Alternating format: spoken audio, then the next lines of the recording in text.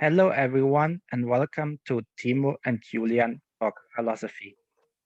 Today, we want to talk about human massware, which means human beings as a kind of trading, like human trafficking, slavery, exploitation, the whole field in which human beings become the product which is traded. I am Timo Schmitz, and with me is Julian Mitran. Bună ziua, Julian. Hello, it's great to be back. So, like every time, we should first go to talk about terminology. And I think when we talk about this kind of terminology, we are in the field of economy, right? So, what is economy? At first, it is part of two words.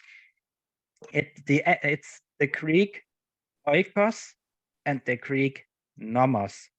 Oikos and nomos. And oikos actually means house, and nomos is law. So originally, the word implied actually the laws of the house or the household laws. So to say those laws who were in charge of the house. So to say one household was one economical unity, if we can say it like this. And this is where the word comes from. Today, we have many kinds of economy, both legal and illegal, and whether something is legal or illegal depends on the place where one is living. One thing that we are sure today, however, is that human beings are nothing that is tradable. Do you think so?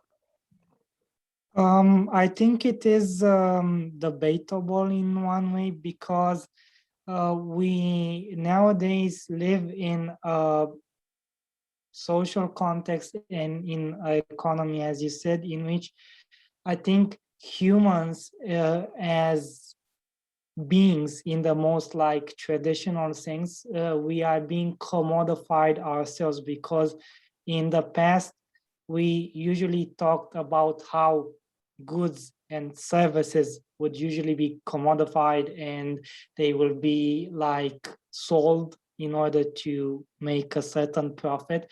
But I think nowadays, with the rise of social media and with the idea of making a brand for yourself or making yourself into a brand, because I think it's a bit of a difference. We are basically making ourselves a type of product that can be exchanged into money usually. And I think in some ways, some people think of social media and YouTube as being, I don't know, superficial. I know this is a certain perspective that comes from academia, but I think this area is the best that exemplifies this, in which the people themselves are in some way becoming a type of currency that can be exchanged later on. The main problem that we see here is that people being traded as a currency exists since mankind exists. We already find slavery in the ancient civilizations.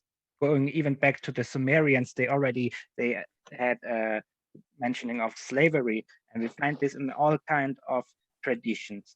And the point is that in this way, like in slavery, people are not treated as people anymore. We find this in Roman law, where when somebody kills a slave, it was not considered to be murder. It was just like you broke a thing, you have to repair it by uh, paying for the slave that you Basically, get. they are turned into objects. People Yes, are. yes, and nowadays we luckily have the fact that slavery is at least officially abolished in all countries and also in practice mostly abolished, luckily. So the way that you receive immediately money for and receive a person in return disappeared um, as such. Though, by the way, you still symbolically find it in some traditions or rites, but not anymore in a way of real slavery. For example, in marriage traditions of some peoples where you still pay some money for to the family of the bride, but back then it was a literal exchange. So to say, the woman was like an object. She was sold to Yeah, you. this is like Today, still practiced in the Balkans, this yes, tradition. but today the woman chooses the husband herself. So it is more just a symbolical rite, a Yeah, symbolical yeah. tradition. But back then, the idea when it was founded was that you pay actually that you really buy that person. So we overcame these things. We have human rights today, which prohibit the actual trading with slaves. And on the other hand, we have a digital society in which we are all kind of enslaved by algorithms. Yeah, I think what is like really interesting today is the fact that even though we have this huge perception of being extremely free, especially when we are talking about the Western world and usually more urbanized and industrialized countries, we also find ourselves in positions in which we still are pretty much I don't know, in some way limited and objectified through our, I don't know how to put it, through who we are as people, as being women, men, and so on, being able or disabled or straight or gay, and so on. I think we usually tended to see the future in which the only thing that we will that would be important in our life and economical standing would be our capacity to work and our expertise, our skills. But still, we are put in many situations in which some factors, as that are beyond control, are being used as a means to limit people. So if we go back from the digital era to the analogous era, let's take your country as an example. We have Romania. There are many seasonal workers from Romania who come to other EU countries where some of them, let's say, live like with 8 people in one house, just to make money uh,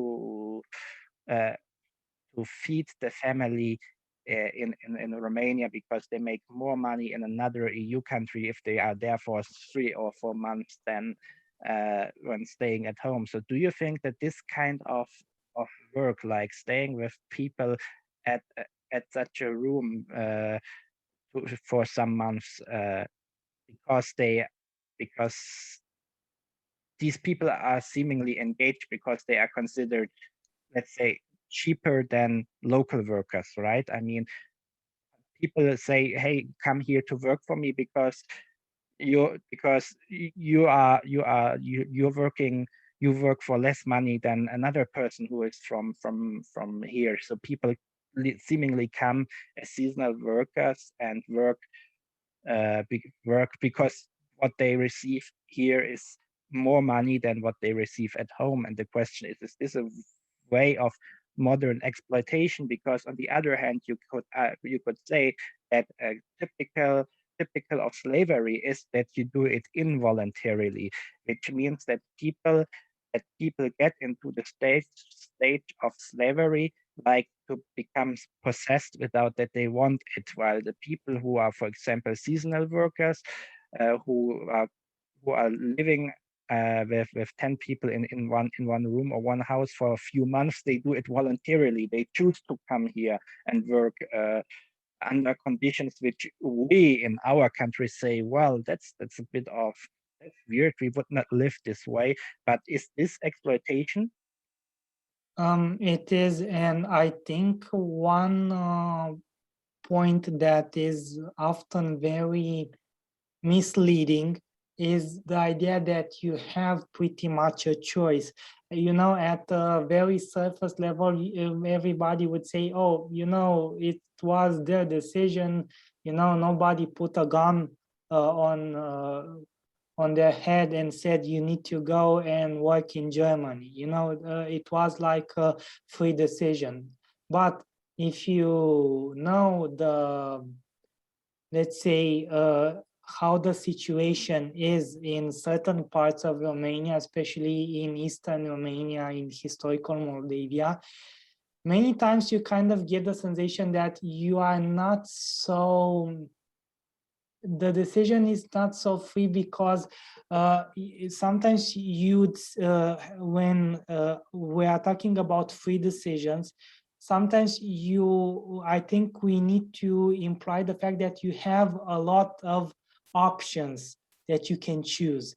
But when you take into consideration the actual conditions that these people come from, they come from regions that are extremely agricultural, they are mostly rural. The cities are located usually at a great distance from their native village. There is no industry and no commerce in the region. And because of like generational poverty and rurality, they usually have a very basic education in many cases. And when you take this into consideration and the fact that the country was massively unindustrialized after the fall of communism, uh, to a certain degree, you don't have too many options, because going and working abroad without having any type of well proven qualification and getting some extra money or getting better paid than you are home is much more of opportunity, but not so in the much that in the sense that you had too many options to choose from, because you don't have any options in your home country to begin with.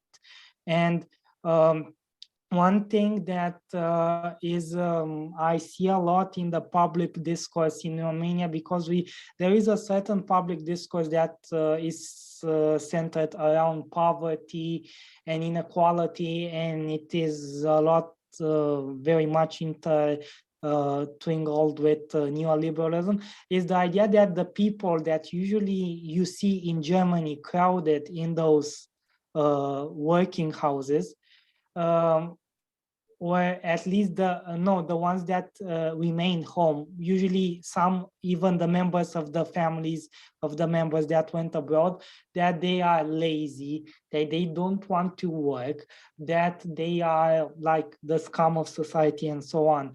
And if you go in many of those villages, even if you have a job opportunity in the closest town or city, the distance is so long, and the road, you know, the bus to go every day or 5 days a week from home to work is so expensive in comparison to the wage that you get, that work itself is cannot take you out of poverty. That is the Okay, thing. but wait, now let's go back to the question, like when they live like, okay, because they're just seasonal workers, let's say, it's the problem is not that they have to share rooms, because you just are there for a very short time, actually. It's not like they are permanently there.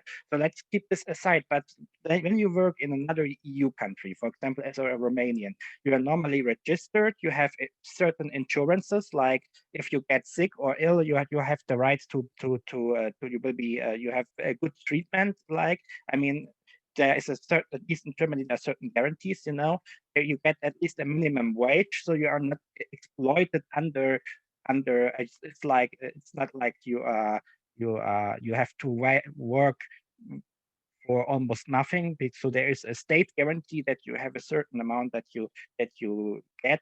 And normally also the working conditions, of course, they depend from where you work to where you work, but generally most seasonal workers like to come again. They say like, I like this work, I want to come next year again, because to them it is a way to make, I mean, it seems that, or at least it seems to the person who lives in Germany, it seems that the way we treat them is more human than in their home, because they seemingly like to work for us more. They say we want to come again. It Yeah, is a but good that life. also comes back to the fact that in Romania, in places like Moldavia, the standards are so low and they are so desperate that everything, even living, because let's not forget that there were a lot of cases of scandals in which, like, German employers, and not only, they made abuses with the Yes, seasonal workers. that's a problem indeed.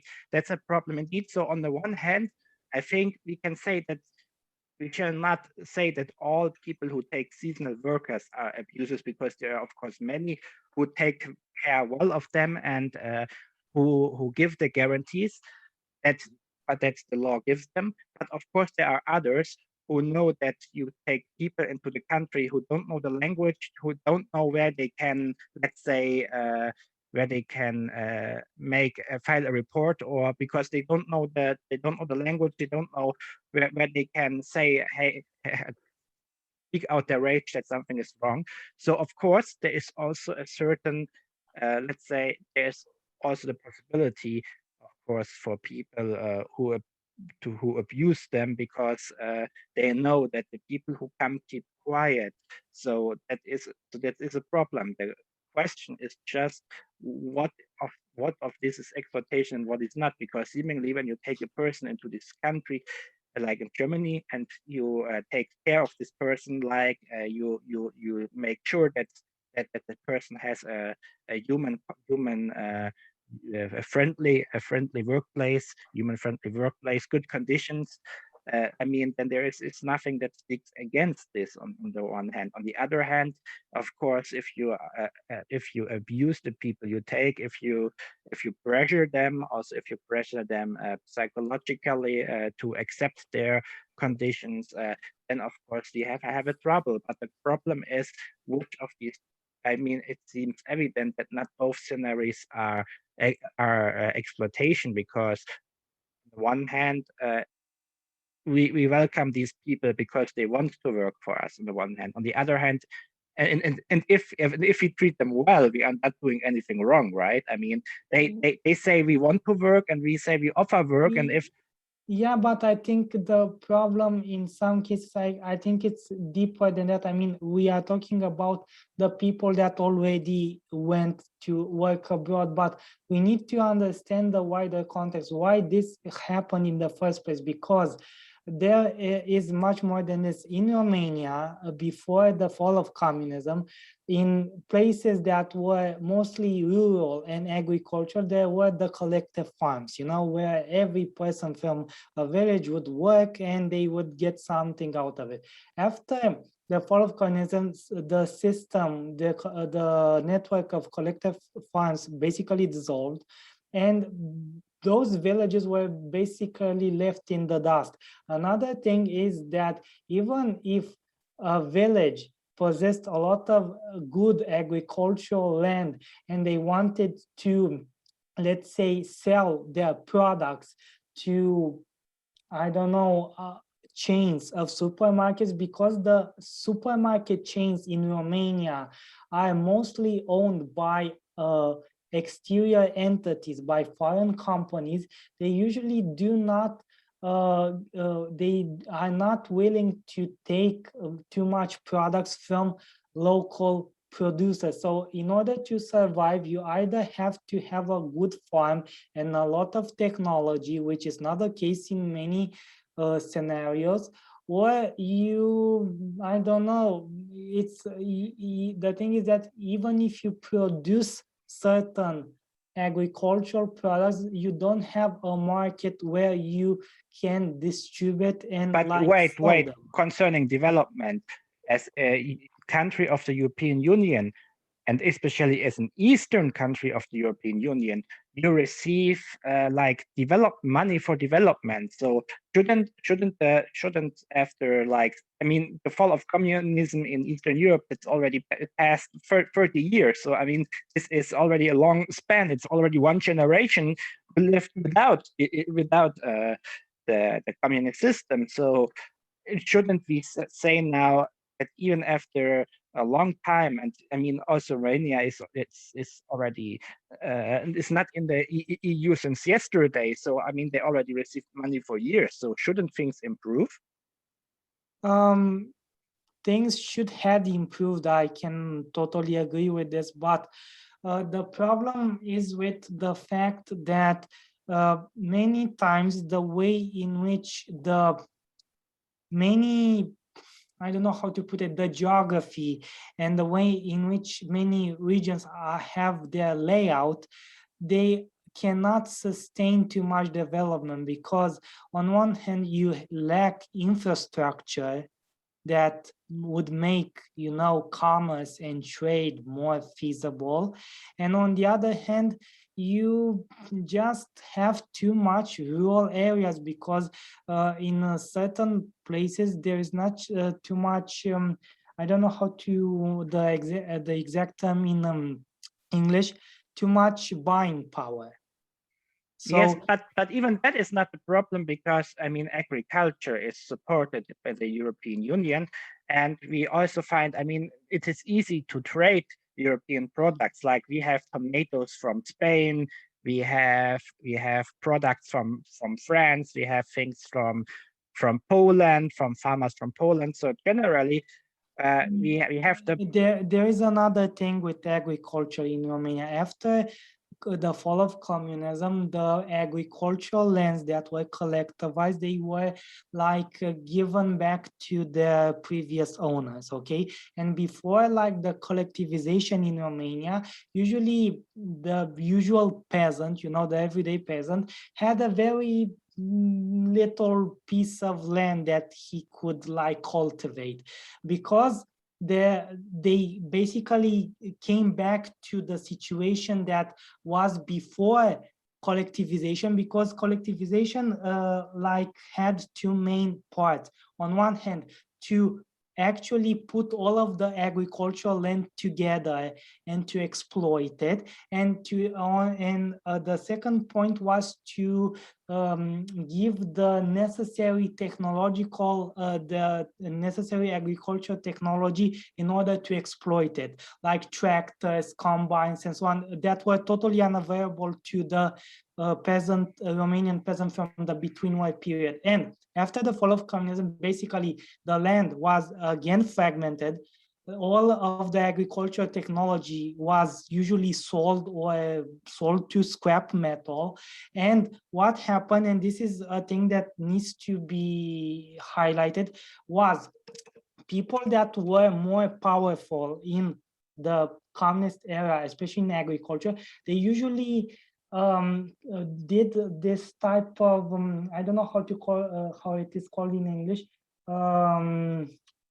like land associations, in which they basically took the land into administration from like farmers that could not afford to actually exploit it, and they are exploiting the massive chunks of lands, you know, and they are giving the peasants back very few from the agricultural products that they usually obtain.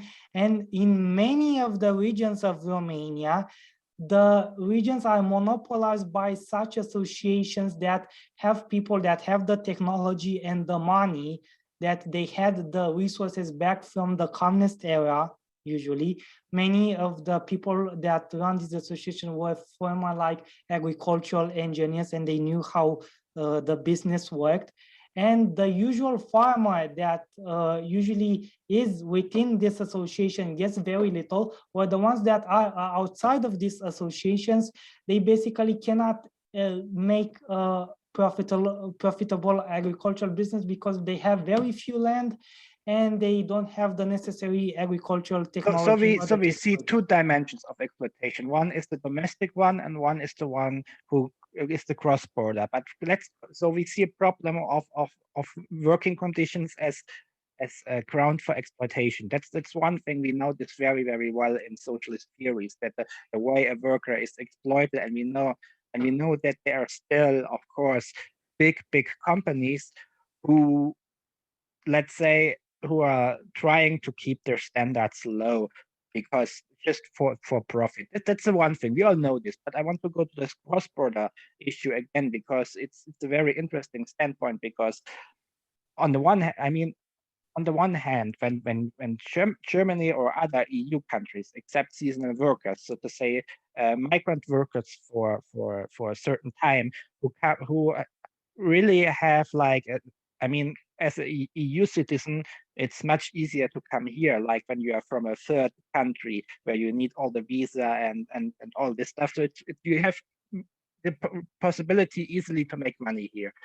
So let's say it like this. So to say that this is exploitation, isn't this a bit, let's say, difficult to say so? Because actually it's not exploitation in general, it's a chance. Because I as a European, as a citizen of the European Union, I can choose like where I can make my money. I can go to another European country. I could go to Romania and say, okay, you see, I have a certain vision, and I think Romania is the best place to come make this vision come true. And other people like in Romania can come to Germany as seasonal workers, and they come back and with money, and they can, they could profit by it. For example, you have your own currency, so you can, when you have it in your currency, it's probably more, I guess, right? Like it's more money, so that you can like save some money and make your own business, or you can use it like your start. Or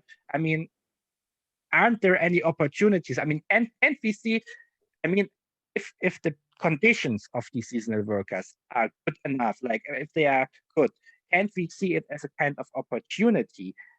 It's really always, under any case, exploitation. Because if you say yes, we would have another problem, because then we have to question migrant work in general, because then we would have to assume that everyone who comes in our country is not doing it because he wants to come to our country to have an opportunity, but because people are kind of forced to leave their place. So we have to, and if we say that people are forced to leave their place, then of course the question goes back, like that we are, as a European community, that we care for each other, that we make sure that there is no exploitation in the European Union, so that actually we give money to your government so that the conditions get better in your country, so that the people who come here are the people who want to work here, and not the people who say we have to work here. So if we see it under this aspect, we should say that not all kind of this form of cross-border work, like seasonal working, is exploitation in general. But of course, it can be used as a means of exploitation. Because you know that there are a lot of people who are willing to do this, so you are kind of exchangeable. And of course, if you know that you are exchangeable and that you need the money, and that's the thing where the triggering thing begins.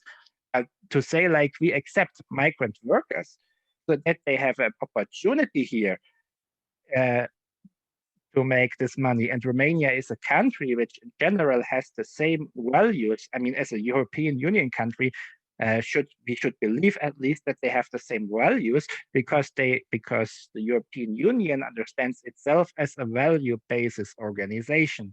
And as a value basis organization, of course, it means that Romania shares the ideal of Western democracy, and of course also of the rights of the people. And so generally, we should assume that exploitation from one EU country to another EU country should be impossible, right? I think with the situation with the migrant workers from Eastern Europe, things are very complicated in many ways, because I totally agree with the fact that they come on their own will to work and to better their lives. On the other hand, there is also the thing that it's very hard to say. I have a huge problem with this idea that there is such a huge free will when you don't have any other chance in your country. It's very hard. I mean, you need to have a lot of options in order to claim that. That's an interesting question.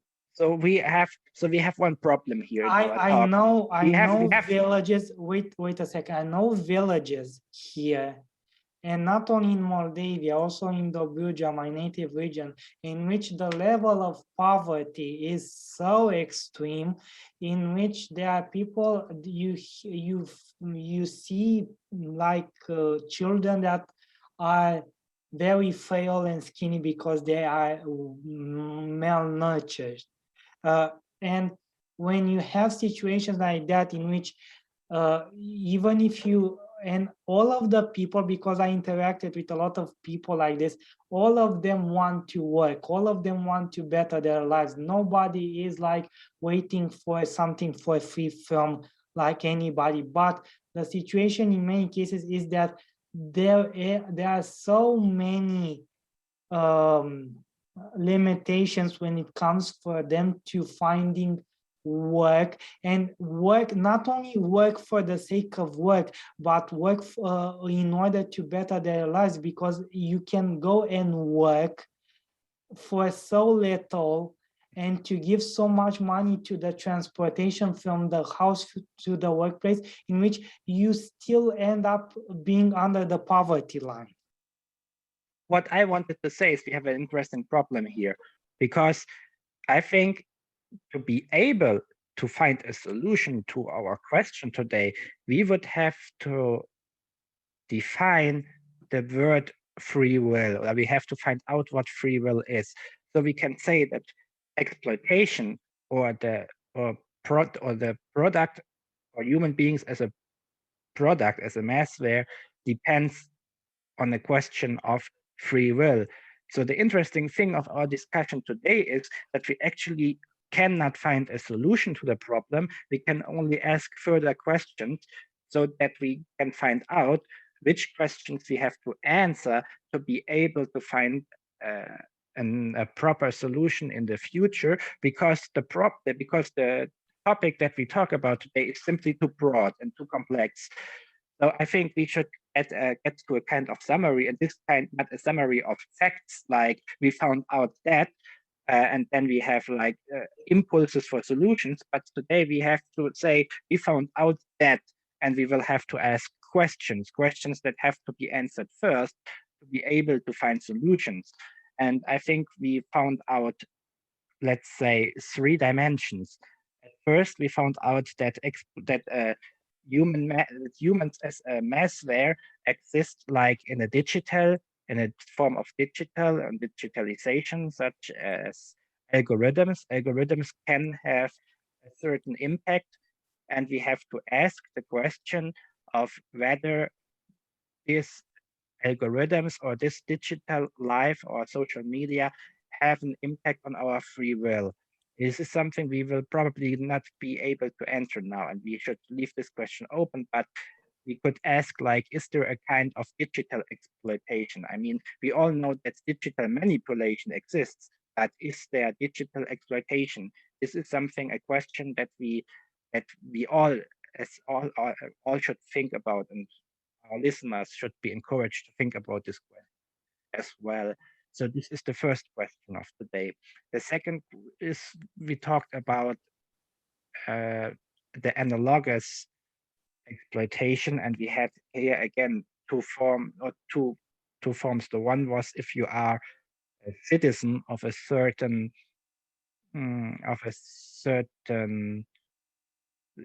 certain supranational entity, such as the European Union, where you have, of course, a chance to go into another country and work there without a lot of trouble, because you all share the same values, the same basis, and you support each other.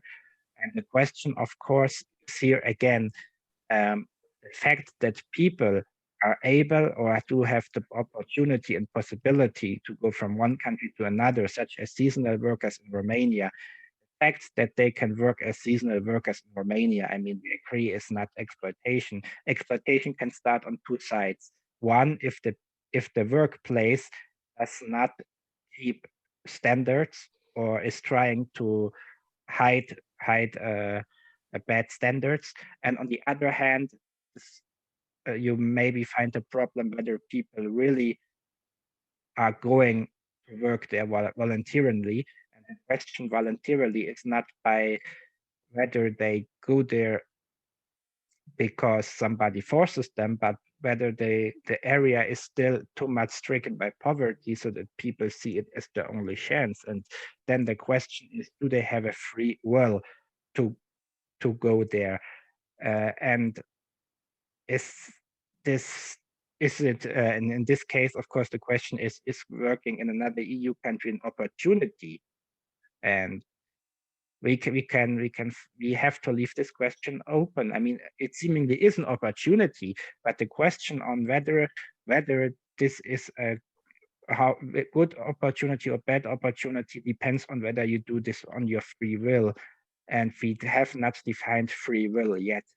So we will have to leave this open at this point, but we encourage our listeners, please think about like, how can we in such a value-based organization such as the European Union support the other countries so that the people who come voluntarily as migrant workers come here because they want to have a certain opportunity out of their own will. Because like I could go from Germany to Romania because Romania maybe gives me an opportunity for something, and same a Romanian maybe wants to go to Germany or Italy because they have the opportunity. And the question is, how can we support like each other, that people don't come out of poverty, but out of profiting from each other, opportunity based. We have to think about that. And then we have the third dimension, of course. This is the kind of exploitation that you find in some countries where you have child workers, where people have to live, they have to work in mines under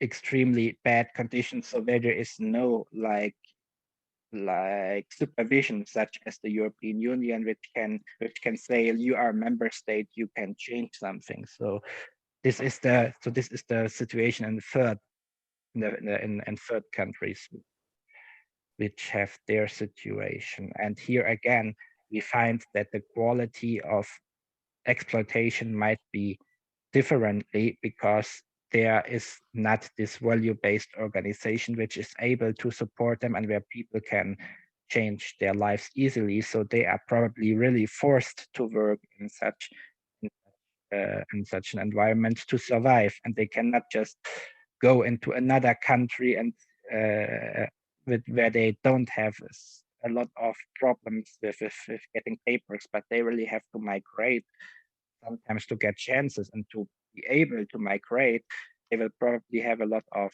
document, visa, etc. So here again, we see that there is a kind of border that we don't have within the EU. And so this is also a question because we also import a lot of stuff from third world countries, and the question of how we can guarantee that they live well as well. Did I forget anything? No, I think you said everything that was needed to be said. So finally, we can say that exploitation in Europe is certainly not a fantasy, but that on the one hand, that exploitation, that migrant work is not always exploitation, and that we need like these seasonal workers here, if we that we have to give them a good condition, of course. And the main question is then, of course, like how to help the people who come here for seasonal working. Like that has to be a future question addressed, right? Because this way we have to ask as value-based society and value-based institution, how to help our friend countries. And I mean, Romania is part, who is also part of the EU, is a direct friend. So that we should also see how we can help the countries, not just the third world countries, but also like how we can support Europeans among each other. And that's my final question, Julian. Do you think that we need more solidarity among Europeans in the EU? I think the question has a very easy answer. It's yes, we need solidarity. We need to create a union in which I think every country can evolve in its own pace and we can find solutions that are fit for every country, because there is no like one size fits all solution. There is still a great deal of difference between what is the western side of the European Union and what is the eastern side. But I think time will tell how these differences will shrink little by little. So we have seen that exploitation depends on free will, but as you have seen, the East-West cleavage, I think we should finally also say that exploitation, or the question of exploitation, also is a question depends on corruption, right? Because it is not just that we need to support each other, but we need to be sure that the people receive everything, that the projects are useful, that it really benefits the people, that it's not just prestige projects. So that really something changes. So the question of which kind of work in Europe is exploitation and which kind of work is not exploitation. We have to define the word free will and corruption for this. And maybe we have to define solidarity to see where we have to help each other. I think we should keep in mind these three words, because we could not find a final reply, because these three words we have not defined, but they are an essential part of the answer. I thank you very much, Julian, for being with me here today. And please be with us again next week. Stay well, everyone. Stay safe, everyone. And don't forget to like, give us a like, and to share our podcast, so that also your friends and beloved people get aware of this podcast and will be able to share their thoughts with us. And we are very, very glad that you are with us, everyone. So see you next time. Thank you.